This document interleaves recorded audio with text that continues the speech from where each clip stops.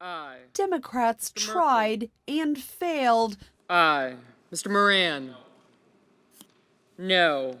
To call additional witnesses they said would support their case. Trump abused the power of the presidency and obstructed Congress's efforts to investigate his actions. What we are asking you to do on behalf of the American people is simple. Use your sole power to try impeachment by holding a fair trial. Get the documents they refuse to provide to the House. Here are the witnesses they refuse to make available to the House, just as this body has done in every single impeachment trial until now. Let the American people know that you understand they deserve the truth. What's happening, friends? Dr. John, here with another big episode. Trump walked into a White House breakfast expecting loyalty from his own senators and walked out screaming, cursing, and threatening primary challenges after roughly a third of Senate Republicans looked him in the eye and gave him a 48-hour ultimatum: resign now or face conviction. The Republican Party just broke open from the inside. That push for new witnesses accelerated earlier this week with revelations from John Bolton's book. The former national security advisor claiming Trump personally told him U.S. aid to Ukraine was tied to investigations into political rival Joe Biden and his son Hunter. John Bolton could corroborate the rest of our evidence and confirm the president's guilt. So today, senators, we come before you and we argue again that you let this witness and the other key witnesses we have identified come forward so you have all of the information available to you when you make this consequential decision. But the president's attorneys argued House impeachment managers should have done the work of interviewing witnesses during their investigation, not in the Senate trial. That's not the way that this chamber should allow. Trump walked into a White House breakfast with Senate Republicans fully expecting complete loyalty and deference. He expected them to back him without question. He expected them to fall in line behind his leadership immediately. He expected submission, complete submission. What he got instead was an organized revolt. Impeachments to be presented to it. Trump denies the Bolton allegations and has maintained the loyalty of Republican senators who said the hold on Ukraine aid was temporary and so could not be an impeachable offense. They got the money. There was no investigation of the Bidens. Is this the conduct, even though inappropriate, that shakes the foundation of a democracy? I say not. Republican Senators Mitt Romney and Susan Collins did join with Democrats in the push for witnesses. An actual rebellion. GOP senators looked him directly in the face and told him he needs to resign. Not later, not eventually, right now, within 48 hours. Get out of the White House. Step down immediately. Stop this entire situation. And Trump completely lost it. But that ultimately was not enough for a move an overwhelming majority of Americans said they wanted to happen. The president may have won the battle. The president's been a president, so men may have won the battle. As the truth comes out in the days ahead, and it will, they will lose the war. The Senate delayed the final vote that will either acquit Trump of the charges or remove him from office until next week. The motion is not agreed to. Senators set to give final speeches explaining their vote Monday, the same day as the Iowa caucuses, the first nominating contest in the 2020 presidential election, with a final vote set for Wednesday, just a day after Trump gives his State of the Union speech to Congress. Absolutely lost all control of himself, started yelling uncontrollably, started cursing repeatedly, started threatening primary challenges against his own party members. He called them traitors. He called them disloyal. He said they would never be elected again. And then he walked out, literally stormed out of the breakfast in absolute fury and rage. This is absolutely the moment the Republican Party shatters into pieces. This is the exact moment Trump's control over the GOP completely collapses because it's not just 2 or 3 senators breaking ranks with him, it's dozens of them. A large number of senators now openly demanding his immediate resignation. That's approximately a third of all Senate Republicans. And they're not asking politely or diplomatically. They're issuing an ultimatum. They're giving him a deadline, 48 hours to resign voluntarily, or they're going to vote to convict and remove him during the impeachment trial. This is open mutiny. This is organized rebellion against the president happening inside his own political party. And what triggered this rebellion is exactly what we've been covering. The Supreme Court ruling that Trump has no immunity from contempt, the arrest deadline, the numerous lawsuits, the judges blocking every action, the entire institutional system closing in on Trump. Republican senators realize that Trump is sinking the entire party, that Trump's legal problems are going to cost them the midterms. That Trump has to go. So they're forcing him out, and Trump is fighting back by threatening to destroy them politically. The senators who really set him off were the ones who already broke with Trump on a military action. They blocked his war powers request. They said no to Trump on foreign policy, and now they're saying no to Trump on his presidency itself. They're saying he needs to resign, and Trump specifically called out one of them. He gave her a profanity-laced phone call that lasted a long time of Trump yelling and cursing at a sitting senator, and she didn't back down. She still called for his resignation. She still joined the other Republicans demanding he step down. This is unprecedented. A president doesn't normally get into public screaming matches with his own party senators during an impeachment crisis. A president doesn't normally threaten to primary his own party members. A president doesn't normally lose this level of control over the political process. But Trump is doing all of it. Trump is completely unraveling. Trump is lashing out wildly. Trump is making things worse for himself every single day. The timing is absolutely crucial here because the House impeachment vote is coming within days. The Democrats have enough co-sponsors on the impeachment resolution. That's more than enough to impeach. The House vote is going to happen. Trump is going to be impeached. And then it goes to the Senate. The Senate holds a trial and senators have to vote on whether to convict and remove. And right now, with a large number of GOP senators demanding his resignation, the math is getting very bad for Trump. Here's the problem for Trump. He needs Senate Republicans to stay loyal. He needs them to vote against conviction. He needs enough Senate Republicans to vote no on removal so that he survives with 2/3 not voting to convict. But if many are already demanding his resignation, how many will actually vote no on conviction? How many will fold under this pressure? How many will decide that Trump isn't worth saving? And more importantly, how many will decide that voting for conviction is good politics for their own midterm campaigns? The GOP Senate math is completely collapsing right now. Trump promised them unity. Trump promised them that he would bring them to the midterms as a winning team. Instead, Trump is blowing up the party. Trump is creating civil war within the Republican Party. Trump is forcing Republican senators to choose between loyalty to him or loyalty to their own political survival. And most of them are choosing survival. Most of them are deciding that Trump is a liability. This is also happening while donors are pulling back from the GOP. Republicans are losing major donors because of the chaos and instability. The Trump administration is in constant legal crisis. The markets hate this. Investors hate this. Rich donors who fund Republican campaigns are running away. They're tired of the drama. They're tired of the constant legal battles. They're tired of Trump. So GOP senators are getting pressure from both sides. From Trump demanding loyalty and from donors demanding stability. And they're breaking with Trump because donors are more important than Trump's approval. The profanity-laced meltdown at the breakfast tells you everything about Trump's mental state right now.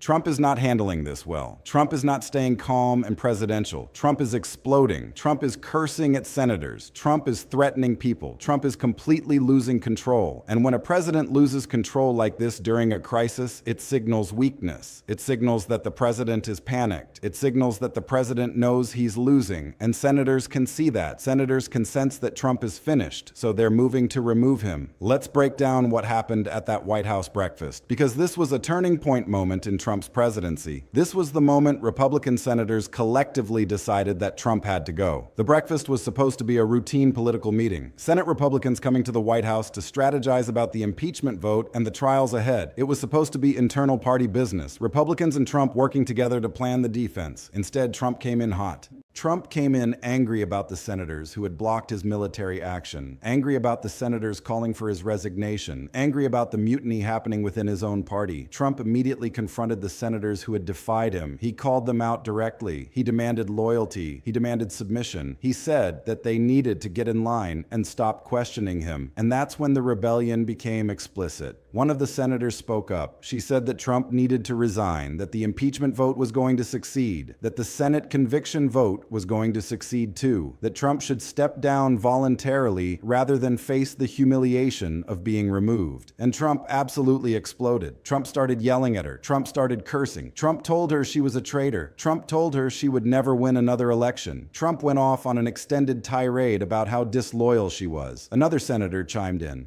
He said he agreed that Trump should resign, that this was over, that the party needed to move forward without Trump. And Trump came at him even harder. More yelling, more cursing, more threats. Trump promised to campaign against him if he ran for re-election. Trump said he would destroy him politically if he didn't get back in line. He didn't back down. He stuck with his position, and Trump kept yelling. The other senators who spoke up all defended their colleagues. They said Trump needed to listen to what they were saying, that it was over, that resignation was the only option that made sense. That removal was coming no matter what Trump did, that the votes weren't there to save him in the Senate. They did the math. They showed Trump the numbers, and they said, the game is over. You've lost. Time to go. Trump didn't accept any of this. Trump decided instead to have a complete meltdown. Trump stood up and started walking around the room yelling. Trump pointed his finger at senators. Trump made personal attacks. Trump got personal and ugly and mean. Trump called them rhinos, Republicans in name only, which is Trump's standard insult for GOP members who don't follow his orders. Trump said he was sick of them. Trump said he was going to destroy them. Trump said they would pay for this betrayal. And then Trump walked out, literally stood up and walked out of the breakfast. Stormed out is more accurate. Went to the Oval Office and started making calls. Called one of the senators immediately. Gave her a long phone call that was entirely profanity and insults. Called her a traitor, called her disloyal, called her every name in the book, told her she would never be elected again, told her that he would personally make sure she lost her next election. And she listened and then hung up and immediately went public with what Trump had said. That's the moment everything changed. Because when a president starts making threatening phone calls to senators, when a president starts cursing out senators, when a president starts threatening them with political destruction, senators take notice. Senators realize that the president is panicked. Senators realize that the president is desperate. And desperate presidents are weak presidents. And weak presidents get removed. So she went public with the call. She went to other senators and told them what Trump had done. And more senators decided that Trump had to go. The next thing that happened was that a large number of senators signed a joint letter demanding Trump's resignation within 48 hours. Roughly a third of the Senate Republican caucus. Not as a request, as an ultimatum. Within 48 hours or we vote to convict and remove. That's not politics anymore. That's not negotiation. That's a direct threat. Those senators saying, we have the votes. We're going to vote to remove you unless you resign right now. Trump's response was to threaten primary challenges against all of them. Trump said he would go to key states. Trump said he would campaign against every senator who voted against him or called for his resignation. Trump said he would primary every last one of them. Trump would recruit primary challengers in every GOP senator's state and funnel money to those challengers to knock the senators out in primary elections. That threat is a sign of how weak Trump has become, because a strong president doesn't need to threaten senators. A strong president has senators falling over themselves to support him. But Trump is begging. Trump is threatening. Trump is desperate. And everyone can see it. Everyone can smell the weakness. When a president starts threatening to primary his own party members during a constitutional crisis, everybody understands that the president is finished. The president has lost control. The president is lashing out from a position of desperation. What's particularly significant is that GOP donors are backing the rebellious senators. GOP megadonors are calling senators and saying, yes, do this. Push Trump out. We support you. We'll fund your re-election campaigns. We'll protect you from primary challenges. Trump is threatening primaries, but GOP donors are offering protection against primaries. That's a huge shift in power. That's donors choosing senators over Trump. That's the party apparatus choosing senators senators over Trump. That's survival of the fittest in Republican politics. The broader context is that Trump has dragged the entire GOP into a constitutional crisis. Trump has created constant legal chaos. Trump has been ruled against by judges repeatedly. Trump has lost immunity shields. Trump has faced impeachment. And every day the chaos continues. GOP senators lose donors. GOP senators lose political capital. GOP senators lose midterm prospects. Trump is poisoning the entire party, and Republican senators are finally saying enough. The midterm angle is huge too, because the upcoming midterms are coming and Republicans are supposed to gain seats. Historically, the party in power loses seats in midterms, but Republicans are in power and they're supposed to hold their own or even pick up seats. Except Trump is destroying that possibility. Trump is creating chaos. Trump is dividing the party. Trump is making the GOP toxic to independent voters. Trump is making GOP candidates toxic by association. So GOP senators are looking at losing their seats in the midterms because of Trump, and they're deciding that Trump has to go so they can salvage their campaigns. Here's what this spectacular GOP meltdown actually means for Trump's survival chances during the impeachment process and the Senate trial. Here's what this fracture means for whether Trump stays in office or gets removed. Let's break it down into the specific mechanical ways this internal Republican rebellion changes the entire outcome of the conviction vote. First, Trump has lost control of the Senate completely. The entire foundation of his defense was supposed to rest on Senate Republicans staying loyal and voting to acquit. Trump needed every single Senate Republican plus a few Democrats to stay above the threshold of no votes on conviction. But now, a large number of Senate Republicans are actively working against him. They're not just staying neutral. They're actively demanding his resignation. They're actively threatening to vote for conviction. They're actively organizing other senators to join them. Trump's defense is shattered. The math is completely gone. Second, the meltdown at the breakfast proves Trump is panicking. A calm, confident president doesn't explode at senators and curse them out. A calm president doesn't threaten senators with political destruction. A calm president doesn't walk out of strategic meetings. Trump is showing weakness. Trump is showing panic.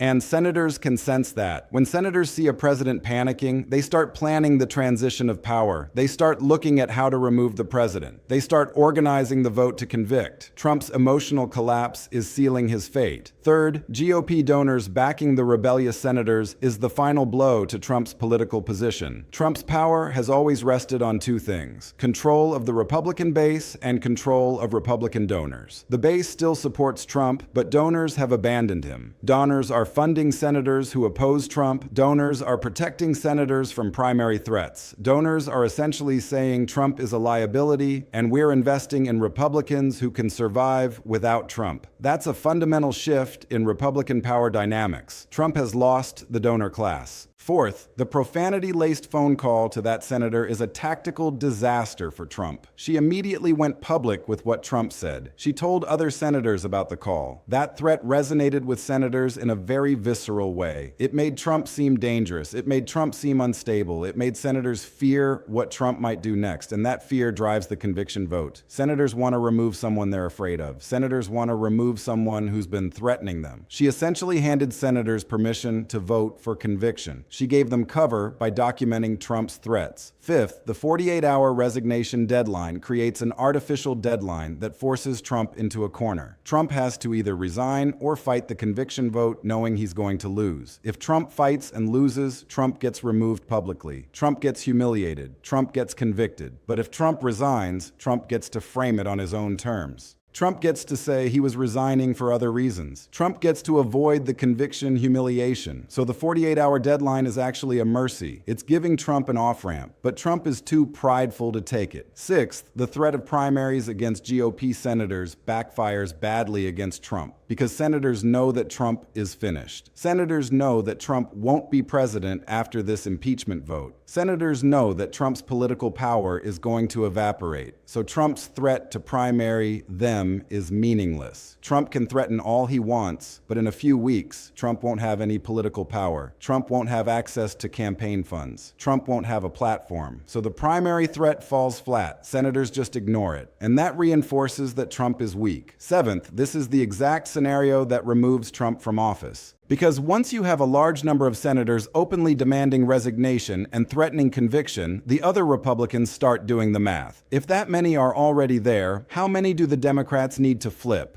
Democrats need a certain number of Republican votes to convict. If that many are already questioning Trump's fitness, how many will cross over when the formal vote comes? This cascades. More senators break. More senators join the removal camp. Pretty soon, you have the votes to remove. The House vote is happening within days. That vote is going to pass. That's almost certain. The Democrats have enough co-sponsors. They have the votes. Trump is getting impeached, and then it goes to the Senate. And right now, the Senate math says Trump gets removed. The Senate math says conviction. The Senate math says the end of Trump's presidency. Unless Trump can convince those senators to flip back to loyalty. But they're not going to flip. They've already announced publicly that they want him gone. What happens if Trump doesn't resign within 48 hours is that the House votes to impeach. The Senate holds a trial. The trial probably lasts a few days, and then the Senate votes. And with that, many senators already demanding conviction, and with more likely joining them, the removal vote probably succeeds. Trump probably gets removed, and the vice president becomes president or whoever is in the line of succession. The market implications are also significant. Markets will spike the moment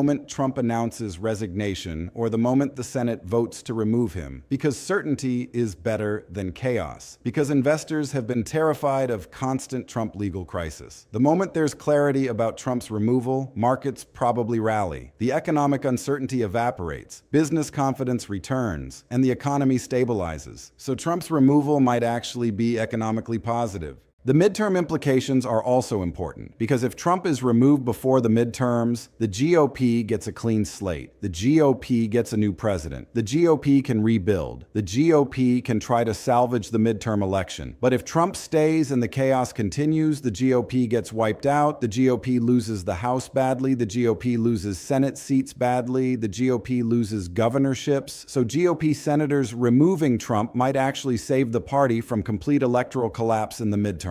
The constitutional implications are the most significant, because this is the system working. This is Congress checking executive power. This is the Senate removing a president who has violated the law. This is the Constitution functioning as designed. Senators are elected to represent their states. Senators are deciding that Trump is a liability to their states, so they're voting to remove him. That's exactly how the system is supposed to work. Trump is going to keep threatening GOP senators. Trump is going to keep yelling about betrayal. Trump is going to keep saying that GOP senators are traitors to the party. But none of it will matter anymore. The votes are mathematically there for Senate removal. The path to conviction is completely clear. Trump is politically finished. The only question remaining is whether Trump will resign within the 48-hour window, or whether he will force senators to go through a full Senate trial and conviction vote. Either way, Trump is leaving office. Either way, this presidency is over. The question is just how. The GOP meltdown is the final domino that was always going to fall. This is exactly what the collapse of Trump's political power looks like in real time. This is what happens when a president has systematically lost the Senate, lost the major donors, lost the courts at every level, lost public support, and lost the respect of his own party members. This is the endgame. This is the final chapter of Trump's presidency unfolding live. Stay locked in, because within 48 hours, everything changes. Trump either resigns and leaves office on his own terms, or we're headed directly to a Senate conviction vote that will remove him from office permanently. This is the moment. This is what determines whether Trump finishes his term or whether he becomes one of the only presidents in American history to be removed from office by the Senate. Everything pivots on what Trump decides to do in this 48-hour window. The entire trajectory of American politics and the upcoming midterms and the future of the Republican Party hinges on this decision. This is history happening right now.